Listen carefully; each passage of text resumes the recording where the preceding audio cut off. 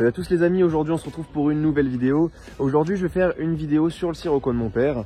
Donc je vais vous montrer un petit peu l'installation des clignotants dynamiques. Donc actuellement on a les clignotants qui sont basiques, hein. Donc je vous montre ça tout de suite. Voilà, ça fait des clignotants comme ça, très simple. Et moi je vais installer les clignotants dynamiques. Donc on a commandé sur AliExpress, je vous mettrai un lien dans la description. Donc voilà, des clignotants dynamiques. Je retire pas tout de suite le petit plastique bleu, je le retirerai seulement quand j'aurai monté. Mais voilà, en tout cas l'installation je vais vous la montrer étape par étape et ça vous permettra du coup de voir un petit peu ce que ça donne, le résultat avant et le résultat après.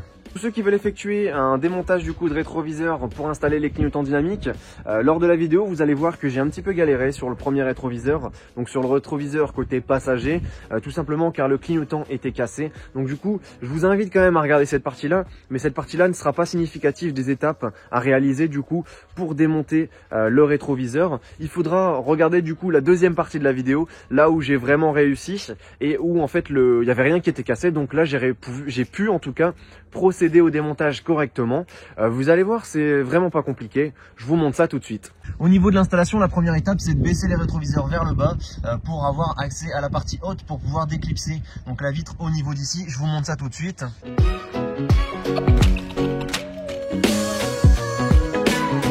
Une fois cette opération faite, vous allez avoir ce petit clips ici, donc dans le pack fourni avec les clignotants, et ça va vous permettre en fait de faire un appui ici pour déboîter les clignotants. Donc il faudra pas trop forcer, juste appuyer légèrement pour qu'en fait qu'ils se retirent du support. Alors est-ce que je vais réussir facilement? Alors hop. Le but c'est pas de les casser, hein, donc pas appuyer forcément comme des malades, mais juste de faire pression pour qu'ils se déclipsent. Hop, vous voyez, ça se déclipse tout seul. Si on fait attention, et il faudra surtout faire attention, je vais vous montrer, il y a les deux fils, puisque normalement vous avez les clignotants dégivrants, pas forcément les clignotants, je vous raconte n'importe quoi. Vous avez les vitres ici qui sont dégivrantes, donc vous avez les câbles pour lesquels il faut faire attention. Donc je vous montre ça tout de suite, il va falloir les débrancher. Est-ce que j'ai bien réussi à tout retirer? Ouais, nickel. Donc vous avez l'écosse juste ici à retirer. Alors, est-ce que je vais réussir tout de suite à les retirer? Mais vous voyez les deux cosses ici, en fait, c'est très simple. Il faut les retirer. Hop.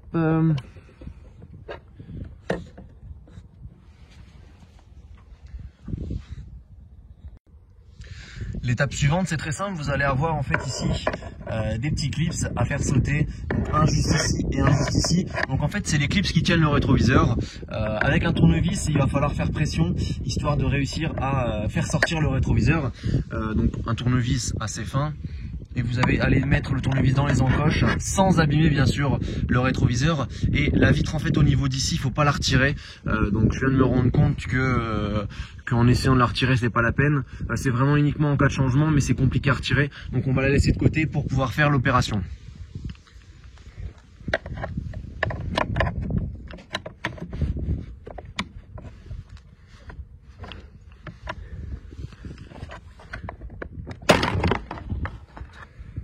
Bon, pour cette coque, comme vous avez pu voir, j'ai réussi à le déboîter en fait finalement parce qu'il y a eu un petit choc qui a été fait sur le rétroviseur.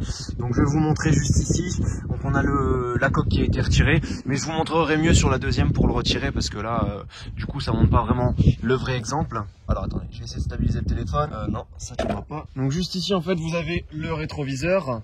Donc enfin le clignotant de rétroviseur plutôt, excusez-moi, et vous avez, je vais essayer de vous montrer ici le petit truc qu'il faut retirer.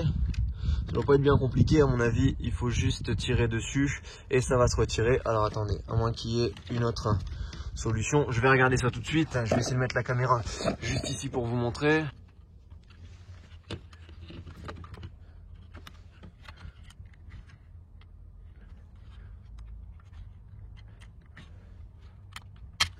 Donc voilà, c'est très simple en fait, je vais vous montrer parce que vous n'avez peut-être pas forcément vu, mais vous avez juste ici une petite encoche, donc vous appuyez dessus et vous pouvez le tirer tranquillement et là vous avez du coup la partie juste ici qui est démontée. On va pouvoir du coup installer le nouveau clignotant dynamique, le voici, donc il ira juste là comme ceci.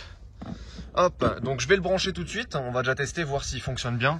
Je vais aussi du coup hop, retirer le plastique. Donc je vous le montre, il est noir comme ceci et on n'aura plus qu'à du coup le brancher. Vous avez la fiche juste ici, je vais la rebrancher et on va faire le test avant de reclipser ce clignotant dynamique. Donc là voilà, je vous montrerai bien sûr le résultat final seulement à la fin, mais je suis en train d'essayer du coup de réinstaller le clignotant dynamique. Donc je suis en train de cafouiller pour pouvoir bien le remettre parce que ça sert à rien de faire ça n'importe comment, mais il faut réussir du coup maintenant à le réemboîter correctement.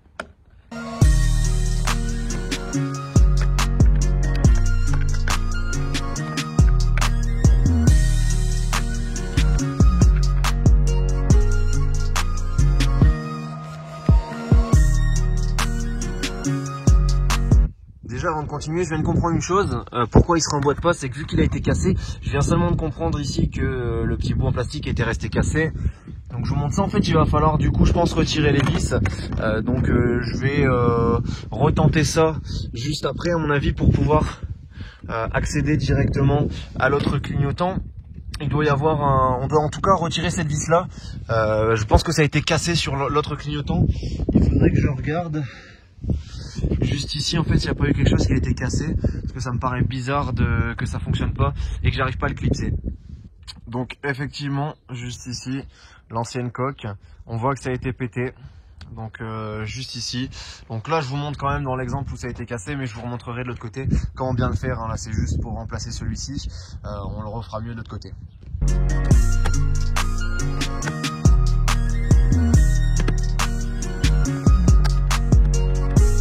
Donc voilà, j'ai dû redéboîter le truc, mais j'ai réussi enfin à clipser le rétroviseur, donc à clipser plutôt le clignotant dynamique. Donc voilà, là il est clipsé, il restera plus qu'à visser. Donc je vous montre, là ça fait le résultat sans la coque. Ne surtout pas oublier de remettre cette satanée vis juste ici, sinon on risquerait d'avoir des soucis et ça permet aussi de coincer le clignotant, ce serait con qu'il tombe quand même. Donc voilà, une fois que la vis a été remise, hein, il reste plus qu'à remettre la vitre. Enfin, du moins la coque en premier quand même, et ensuite la vitre.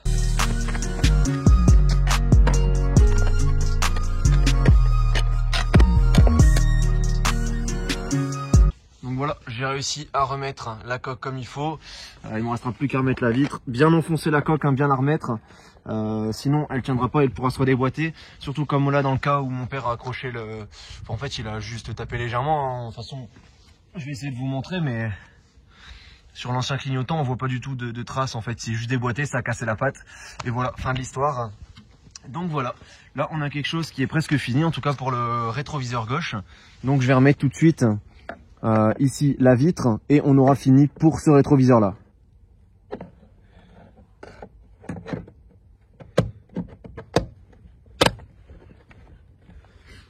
Les amis, je suis plutôt content car j'ai montré le résultat à mon père et il est vraiment satisfait, et c'est vrai qu'en regardant je trouve ça vraiment beaucoup plus joli, beaucoup plus agressif et plus moderne aussi même, ça n'a plus rien à voir. Du coup voilà, je suis bien content du résultat et du coup je vais faire le deuxième, je vais faire l'installation sur le deuxième, donc je vais vous montrer cette fois-ci comment ça marche vraiment, mais je suis content que mon père soit content aussi du résultat final, et franchement il n'y a pas besoin d'avoir un BTS ou un Bac+10 pour pouvoir faire cette installation. Si vous suivez bien sur la façon dont je vais faire sur le deuxième rétroviseur, du coup, qui celui-ci sera le bon, parce que là c'était sur le premier, malheureusement j'ai commencé par celui cassé et j'aurais peut-être même dû commencer par l'autre, mais voilà, en tout cas là la vraie vidéo elle commence à partir de maintenant et c'est là où je vais vous montrer les vraies étapes pour pouvoir démonter. Je vous cache pas que j'ai les mains qui commencent à geler là, franchement il fait plutôt froid, on est à 4 degrés et c'est vrai que c'est pas forcément embêtant, mais je trouve que faire des modifications l'hiver c'est un peu plus compliqué, hein. On arrive moins à faire ce qu'on veut, mais bon c'est pas grave, on passe tout de suite du coup au deuxième.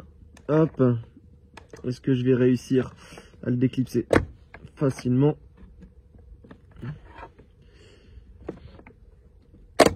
Hop, une première chose de faite, voilà, juste ici.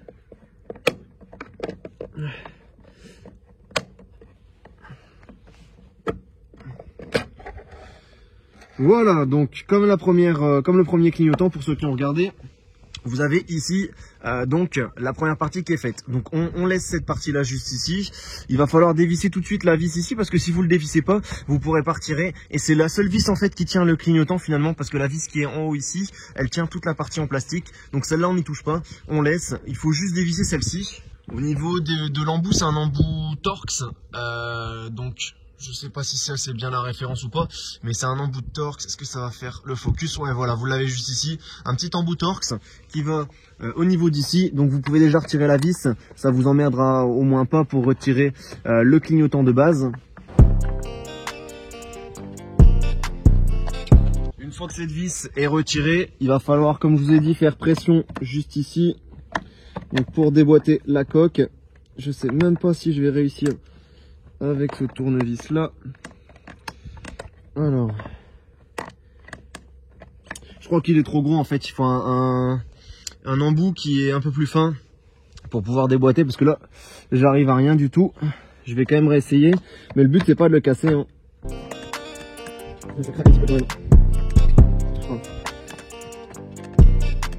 C'est la loose ça par contre à retirer. Bon, je vais essayer du coup avec un autre tournevis un peu plus fin. Donc voilà, j'ai changé d'embout. On va tester. Est-ce que ça se met bien là?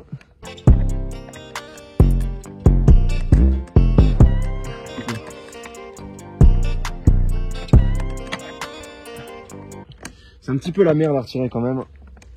Je vous avouerai que c'est pas évident. Bon, attendez, je vais essayer de trouver la solution, mais là j'arrive vraiment pas du coup à retirer ce qui se trouve juste ici, donc en fait la coque du rétroviseur. Donc je vais regarder un petit peu comment je peux faire et on se retrouve tout de suite. Nouvelle tentative. Donc je viens de voir un truc où les gens arrivent à le déboîter directement, donc en fait à faire sortir ça ici, mais je pense pas que ça marchera. Je pense que c'est plutôt de la connerie, mais normalement on a moyen de pouvoir déboîter la coque, mais je pense, comme je l'ai dit, je pense que c'est plutôt une connerie. Ouais, non, c'est en train de péter carrément le... Ah, quoique. On a la coque juste ici. Bon, bien tombé. Donc il faut quand même bien la retenir, parce que comme vous avez vu, elle part très vite. Ici je ne l'ai pas rayée, mais si vous la faites tomber, vous pouvez l'abîmer. Après, comme je vous dis, c'est un revêtement chrome, donc là il s'est rien passé. Mais en fait, vous avez juste à faire pression avec cet outil juste ici, et vous arrivez à la retirer. Vous faites pression petit à petit. Vous allez voir au niveau du coin ici que vous pouvez la retirer et faire tomber le système. Voilà, donc une fois que vous avez du coup retiré la vis, vous allez pouvoir retirer carrément comment dire, le clignotant de base. On va essayer juste ici de le déboîter. Et là par contre du coup ça va nécessiter de pousser ce truc ici. Donc je vous montre quand même ce que j'ai effectué juste ici. Alors en fait vous voyez juste ici au niveau d'ici, il va falloir pousser parce qu'en fait c'est clipsé carrément dedans. Une fois que vous avez poussé, vous voyez, c'est un petit peu déboîté. Et là, on va pouvoir jouer sur l'arrière pour pouvoir retirer carrément le clignotant. Et là, je vais regarder par quoi c'est maintenu. Il ne doit plus y avoir grand chose. Sachant que j'ai retiré la vis, hein, comme je vous ai dit, donc ça a permis du coup de pouvoir le déboîter facilement. J'avais pas pensé à ce que ce soit aussi compliqué que ça finalement sur les côtés, puisque de l'autre côté il se déboîtait tout seul. Pas envie de le casser. Je vais essayer de reprendre mon outil en plastique. Et en fait, au niveau juste ici, vous voyez, c'est pas assez déboîté. Donc en fait, il faut déboîter le dernier coin ici. Et du coup, on aura retiré le clignotant et on pourra remplacer par le clignotant dynamique.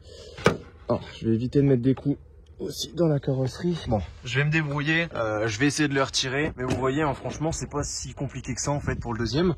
Il m'a fallu quelques minutes, mais on arrive à un résultat assez rapidement. Bon, vu que ça m'énerve un petit peu tout ça, hein, je vais retirer la vis en haut que je vous avais dit qu'il fallait pas toucher là. Alors attendez, hop, si j'arrive à stabiliser la caméra, je vais retirer la vis juste ici, ce sera peut-être plus simple.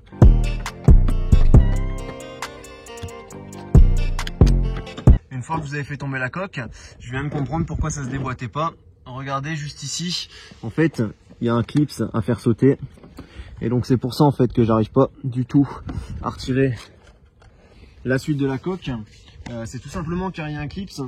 Donc je vais regarder. Donc en fait je pense qu'il faut directement retirer en fait ce clips là. Mais celui-là je l'avais pas vu en fait. Donc du coup vous allez prendre un tournevis, vous allez pousser de façon à le faire enfoncer en fait. Et une fois que vous aurez réussi du coup à le pousser, il sera sorti. Mais est-ce que je vais réussir facilement à le pousser? C'est une bonne question.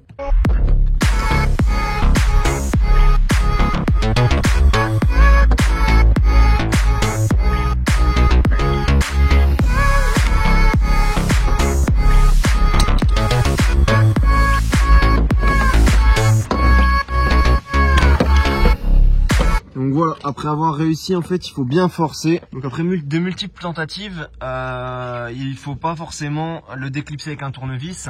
Il faut essayer de pencher, donc d'incliner ce truc là vers le bas, et vous allez voir en fait qu'en l'inclinant tout doucement vers le bas, vous allez pouvoir le déboîter. Donc j'ai pas bien pu vous montrer en vidéo, mais c'est pas forcément évident à faire, et c'est à vous de manipuler en fait, hein.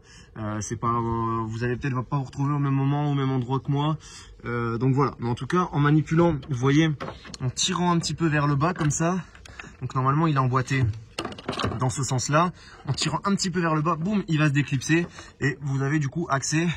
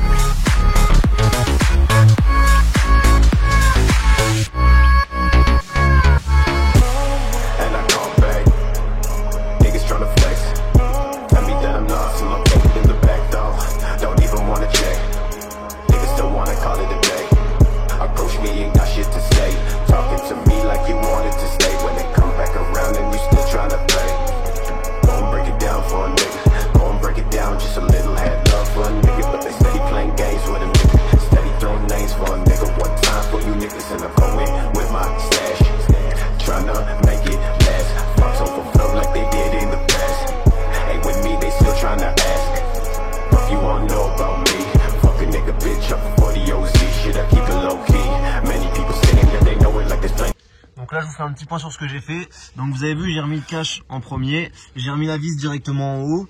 Une fois que ça a été fait, j'ai réemboîté du coup le nouveau clignotant, et ne surtout pas oublier de remettre la vis juste ici qui tient le clignotant.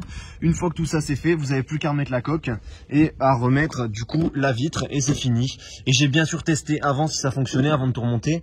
Donc ça surtout, il ne faut pas oublier de tester avant de remonter, parce que sinon vous allez avoir des surprises. Catch me overseas in the fucking white tee. Bitches say LaVelle, man, I really want the D. Niggas say LaVelle, man, I really want to see. Y'all know about me. Stress keeps building. Blood stops flowing. Et voilà, du coup j'ai remboîté la coque comme la deuxième fois, donc j'ai oublié de tourner le téléphone, mais voilà, ça c'est simple. Du coup on a le résultat final. Comme je vous ai dit, il reste plus que la vitre, hein. Encore une fois, et du coup on aura fini, et vous aurez enfin du coup droit au résultat final.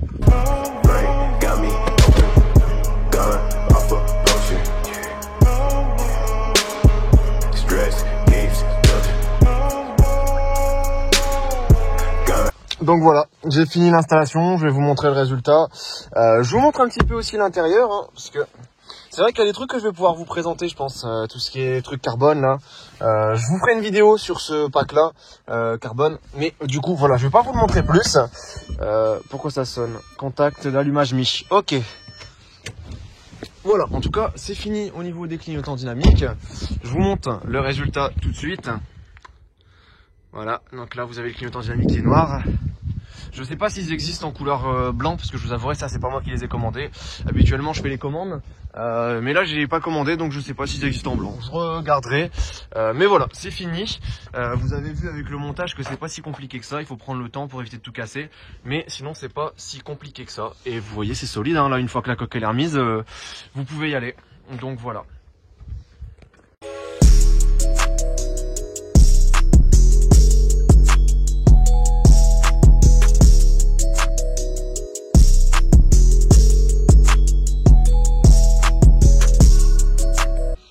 J'espère pour toutes les personnes qui possèdent une Volkswagen Sirocco que cette vidéo vous aura plu. Habituellement, je fais mes vidéos sur la Twingo RS qui est juste ici. Donc n'hésitez pas non plus à aller voir ces vidéos-là parce qu'en soi, c'est vraiment ma voiture de tous les jours.